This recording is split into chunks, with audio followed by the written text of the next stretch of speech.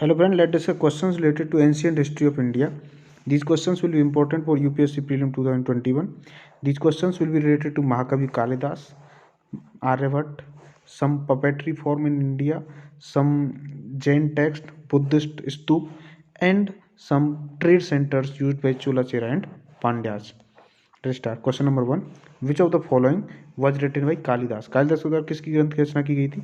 मृच्छकटिकम की रचना शूद्रक के द्वारा की गई थी और अभिज्ञान शाकुंतलम की रचना कालिदास जी ने की है, 2 करेक्ट है। हर्षचरित की रचना बाणभट्ट ने की है। हर्षचरित और कादम्बरी, इन 2 ग्रंथों की रचना बाणभट्ट ने की थी। बाणभट्ट हर्षवर्धन के दरबारी कवि थे और हर्षवर्धन खुद में भी एक कवि थे। उन्होंने भी 3 संस्कृत नाटकों रत्नावली, नागनंदा और प्रियदर्शिका की रचना की थी। हर्षवर्धन का काल आपका 606 से 647 ईस्वी तक था और ये थानेश्वर के राजा थे, हरियाणा में थानेश्वर। ये वर्धन वंश के जैसे संस्थापक थे प्रभाकर वर्धन के 2 बेटे थे, राज्यवर्धन और ये हर्षवर्धन। तो पहले राज्यवर्धन गद्दी में बैठे थे 605 ईस्वी में, जब फिर इनकी एक बहन थी राज्यश्री का विवाह होता है देवगुप्त के साथ। देवगुप्त पर ये फिर से देवगुप्त को हरा देता है एक राजा, मौखरी का राजा। फिर उसके बाद शशांक जो है इनका राज्यवर्धन का वध कर देता है। उसके बाद हर्षवर्धन गद्दी पर बैठते हैं। अच्छा, और अभिज्ञान शाकुंतलम ये कालिदास के द्वारा रची हुई है, तो इसका दूसरा ही सही है, सी इसका करेक्ट आंसर है। मृच्छकटिकम की यदि बात करें, मृच्छकटिकम जो है ये शूद्रक के द्वारा लिखी हुई है और ये एक प्ले है। प्ले में जो है उज्जैनी की कहानी है, उज्जैनी राजा पलक के यहाँ, ये जो प्रद्योत डायनेस्टी थे से, इसमें इसका जो सेंट्रल स्टोरी है वो एक चारुदत्त ब्राह्मण है, जो यंग ब्राह्मण है। हालांकि ये गरीब है और ये he fell in love with wealthy courtesan नगरवधु वसंत सेना के प्रेम में पड़ जाता है। तो वसंत सेना और चारुदत्त की कहानी है मृच्छकटिकम, जो शूद्रक के द्वारा लिखी गई है। और यदि हम अभिज्ञान शाकुंतलम की बात करें, अभिज्ञान शाकुंतलम एक वेल नोन संस्कृत में नाटक है, ये कालिदास जी के द्वारा लिखा गया है और इसमें राजा दुष्यंत और शकुंतला की प्रेम कहानी है। इसकी मतलब कहानी इस प्रकार है कि जो वाल्मीकि जी एक बार तपस्या कर रहे थे, तो वाल्मीकि की तपस्या को भंग करने के लिए इंद्र ने मेनका को भेजा, क्योंकि इंद्र चाहते थे कि उनकी पोजीशन बची रहे और उनके इक्वल कोई दूसरा ना हो। तो इसीलिए उन्होंने मेनका को भेजा विश्वामित्र की तपस्या को भंग करने के लिए। तो कुछ एफर्ट्स के बाद मेनका जो है उनका विश्वामित्र का जो माइंड डाइवर्ट करने में सफल हो जाती हैं और विश्वामित्र उनके साथ प्रेम में पड़ जाते हैं। तो तब इनके मेनका के एक पुत्री का जन्म होता है। लेकिन जब विश्वामित्र को ये रियलाइज होता है कि उन्होंने प्रेम में पड़ने की वजह से अपना सब कुछ खो दिया है, तो वो मेनका को रिजेक्ट कर देते हैं और फिर इनके एक पुत्री होती है। अब मेनका पुत्री को लेकर जब इंद्र स्वर्गलोक वापस जाती हैं, तो उनको वहाँ मना कर दिया जाता है कि वो पुत्री को नहीं ला सकते, किसी मानव को नहीं ला सकते। तो फिर ये मेनका अपनी पुत्री को एक वन में छोड़ देती हैं जो कण्व ऋषि के प्रोटेक्शन में था। जहाँ कण्व ऋषि जब आते हैं तो वो उसको शकुंतला नाम की बर्ड्स के साथ खेलते हुए देखते हैं, तभी इसका नाम शकुंतला रख देते हैं।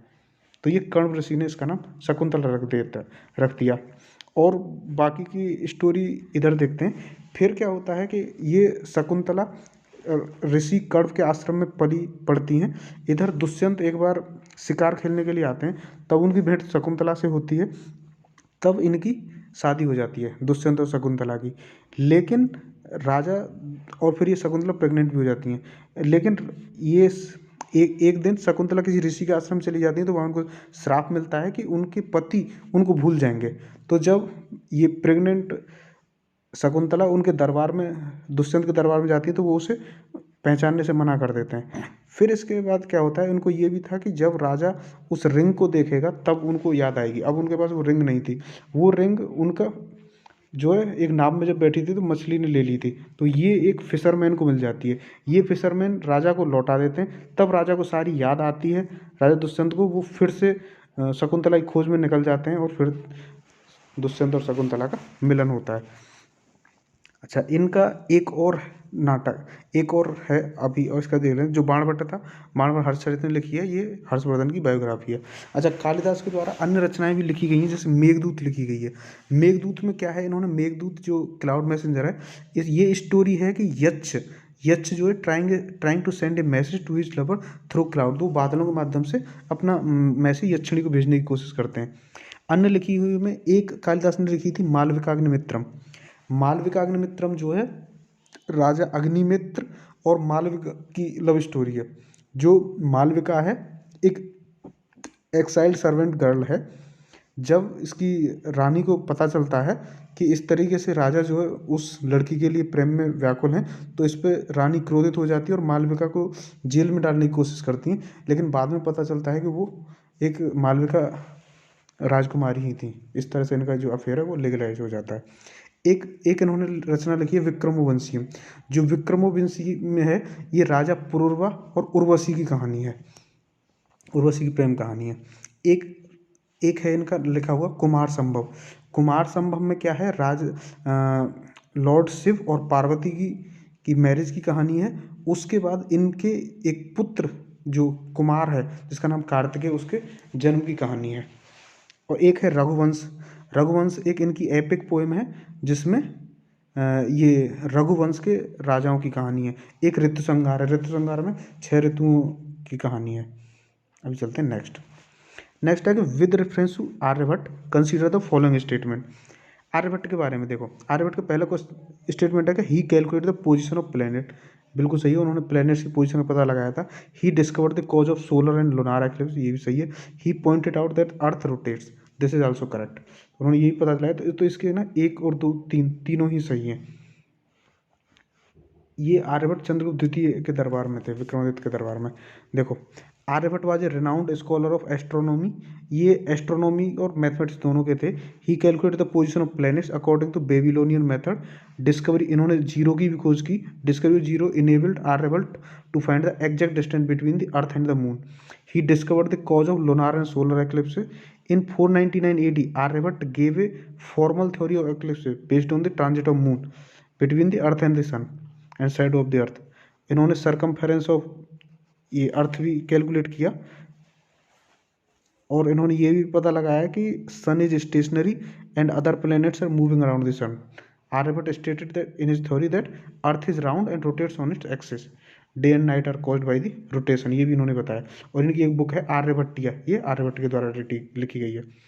आर्यभट्ट ने अपने एस्ट्रोनॉमी में भी योगदान दिया है। इन्होंने हीलियोसेंट्रिक थ्योरी दी थी, जो बोलती है कि सभी प्लैनेट जो सूर्य के चारों ओर घूमते हैं, और इस थ्योरी से इन्होंने डिफरेंट ये प्लैनेट्स की स्पीड भी कैलकुलेट की। इन्होंने प्लेस वैल्यू सिस्टम की भी खोज की, जीरो की भी खोज की, और पाई की वैल्यू 4 स्थानों तक कैलकुलेट की। जो ये सब जो योगदान है गणित के क्षेत्र में, उनके बहुत ही महत्वपूर्ण योगदान है। चलते हैं नेक्स्ट है कुछ स्तूप साइट हैं, और वो किस किस राज्य में स्थित है ये बताना है। देखो, जो जग्ग्यापेटा है, जग्ग्यापेटा स्तूप साइट आपका आंध्र प्रदेश में, बिल्कुल करेक्ट है। देवनी मोरी स्तूप साइट, देवनी मोरी स्तूप साइट आपका गुजरात में है, तो ये करेक्ट नहीं है, 2 करेक्ट नहीं है, मतलब ये सही नहीं, ये सही नहीं। और सनती कर्नाटका में, तो सनती कर्नाटका में तो 1 और 3 करेक्ट हैं। जो सनती है गुलबर्गा डिस्ट्रिक्ट में, Sannati stupa located on the bank of Bhima river, ये भीमा नदी के किनारे गुलबर्गा डिस्ट्रिक्ट में, नॉर्दर्न कर्नाटका में। और ये जो है एक मंदिर है यहाँ, चंद्रला परमेश्वरी टेम्पल, चंद्रला परमेश्वरी टेम्पल के लिए फेमस है सन्नति, वहाँ जो सांची स्तूप है। और यदि देखें, देखो जो जग्ग्यापेटा है, Jaggayyapeta is important stupa site in at Vengi in Andhra Pradesh. और यहाँ और दूसरी जो इम्पोर्टेंट साइट हैं आंध्र प्रदेश में, वो अमरावती, बट्टी प्रोलू, नागार्जुन कोंडा, गोली, ये सब हैं। जो देवनी मोरी है, Devni Mori is an important Buddhist site in Gujarat. It is among the important stupa site outside Gangetic valley. और जो सन्नति है, सन्नति एक इम्पोर्टेंट साइट है जहाँ से रॉक कट स्तूप खोजे गए हैं कर्नाटका में, और ये लार्जेस्ट एक्सकेवेटेड स्तूपा साइट है, ये आपका सन्नति है, ठीक। और ये आपका जग्ग्यापेटा है। अभी चलते हैं next. With respect to cultural traditions in India, Putulnach, Pavakoothu और यमपुरी, ये क्या है? ये सब क्या है ना, ये पपेट्री हैं। जैसे यमपुरी बिहार की पपेट्री है, ये सब पपेट्री के टाइप्स हैं। अब देखते हैं, जैसे ये पुतुलनौच क्या है, पुतुलनौच वेस्ट बंगाल का है। देखो पुतुल नोच द ट्रेडिशनल रॉड पपेट है ये, rod puppet from the West Bengal is known a Putul Nach. They are carved on wood and various artistic styles on the particular region. और जो पावाकुटू है, पावाकुटू केरला का है। In Kerala the traditional globe puppet play is called Pavakutu. It came into existence during the 18th century due to influence of Kathakali, the famous classical dance drama of Kerala. और जो यमपुरी है, यमपुरी ये बिहार का है। The rod puppet of Bihar is known as Yampuri. These puppets are made of wood unlike the traditional rod puppets of West Bengal and Orissa. These puppets are in one piece and have no joints, इनमें कोई joint नहीं होता, जैसे ये Yampuri puppet from Bihar. अच्छा, consider the following pairs. इसमें बताना है कि जो साउदर्न किंगडम है उनके इंपॉर्टेंट ट्रेड सेंटर कहाँ कहाँ थे। जैसे पांड्या है, पांड्या जो डायनेस्टी थी इनका इंपॉर्टेंट ट्रेड सेंटर मदुरई में था, मदुरई इनकी राजधानी भी थी, तो ये करेक्ट है।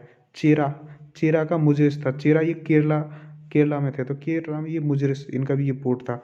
चोला, चोला ये तमिलनाडु रीजन में थे, तो इनका पोर्ट था पुहार, पुहार जैसे पूम पुहार भी बोलते हैं, ये तमिलनाडु में यहाँ बे ऑफ बंगाल साइड में यहाँ था, चेन्नई से साउथ में। तो इसके ये दोनों तीनों करेक्ट हैं, तो इसका ये सी ऑप्शन करेक्ट है।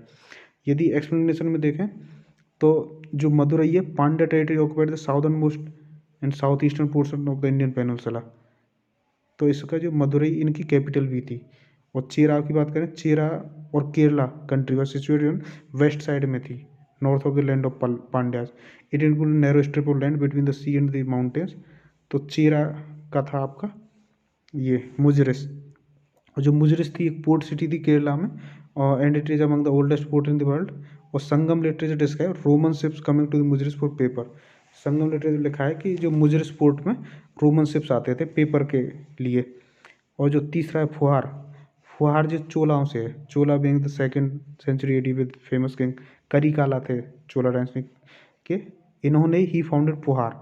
पुहार जो पोर्ट है इसकी स्थापना करिकाला ने की थी, जो चोल वंश के थे।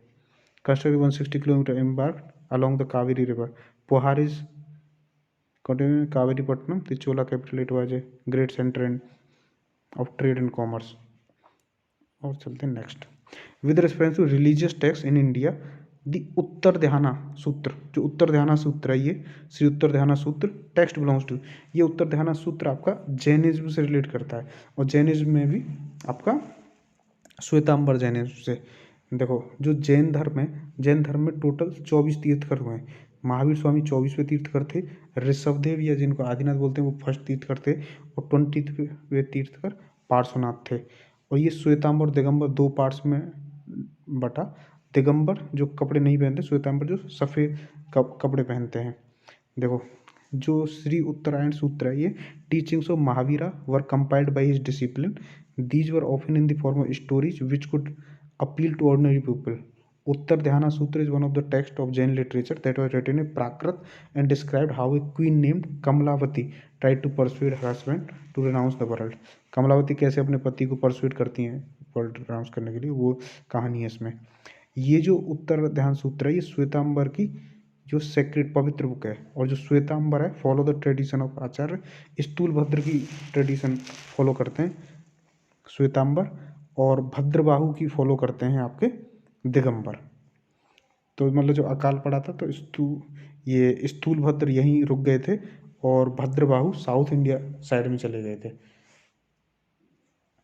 और जैन लिटरेचर में, जैन लिटरेचर को आगम भी बोलते हैं, और दो हैं इनमें, एक कल्प सूत्र है, एक अचरंग सूत्र है। जो कल्प सूत्र है वो भद्रबाहु ने लिखा है, भद्रबाहु जिन दिगंबर जिनको मानते हैं। Kalpasutra written by Bhadrabahu, it contains the biographies of Jain Tirthankar, most notably Parshvanath और महावीरा, इंक्लूडिंग महावीरा के निर्माण के बारे में भी है। Since Bhadrabahu was a teacher of Chandragupta Maurya, तो it can be said that he has compiled in Mauryan era में, क्योंकि ये जो चंद्रगुप्त मौर्य के वो थे टीचर भद्रबाहु, इसीलिए हम बोल सकते हैं कि मौर्यन एरा में लिखा गया है कल्पसूत्र। और जो अचरंग सूत्र है ये फर्स्ट अंग आगम है, जैसे 12 अंग हैं इनके, तो उसमें पहला आगम यही है अचरंग सूत्र। अचरंग सूत्र is the first text that was studied by Jain monks. This agam describes the conduct and behavior of ascetic life and the description of the penance of Lord Mahavira. This is the oldest agam from a linguistic point of view. It was written in अर्ध महावेदी प्राकृत में इसकी रचना की गई थी। So this is